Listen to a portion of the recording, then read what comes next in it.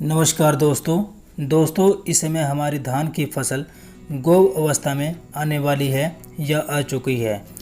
इस अवस्था के अंदर किसान को धान की फसल का विशेष रूप से देखरेख करनी चाहिए, क्योंकि इस अवस्था का असर किसान की पैदावार पर होता है।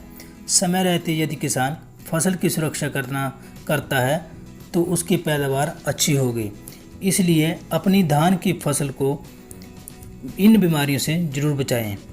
समय समय पर धान के खेत का निरीक्षण करें और अपनी फसल को बीमारियों से बचाएं। मुख्य रूप से धान में फफूंद के कारण बीमारियां आती हैं जो धान की फसल पर बुरा प्रभाव डालती हैं, जैसे कि भूरे रंग के धब्बे, बोर्ड रोग, शीत ब्लास्ट या तने का झुलसा रोग, तना गलन, ब्लास्ट, जूठी कंगियारी, बकानी या झंडा रोग, नेक ब्लास्ट और इसके अलावा भी बहुत सी फफूंद से जनित बीमारियां खेत के अंदर आपको देखने के लिए मिलेंगी। यह बीमारियां लगभग आपको ज़्यादातर फफूंद के कारण ही फसल में देखने को मिलती हैं। इसके कारण 40 से 60% तक फसल को नुकसान हो सकता है। किसान भाइयों को इन बीमारियों से सचेत रहना चाहिए। समय रहते इससे फसल का बचाव करना चाहिए।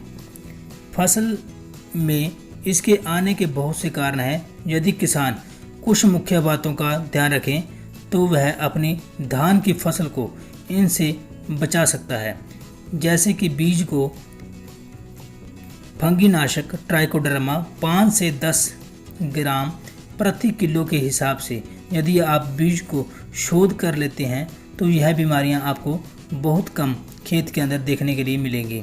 और इसके अलावा ट्राइकोडर्मा यदि आपके पास नहीं है तो आप कार्बोडाइजम या एमिसान से भी बीज को उपचारित कर सकते हैं।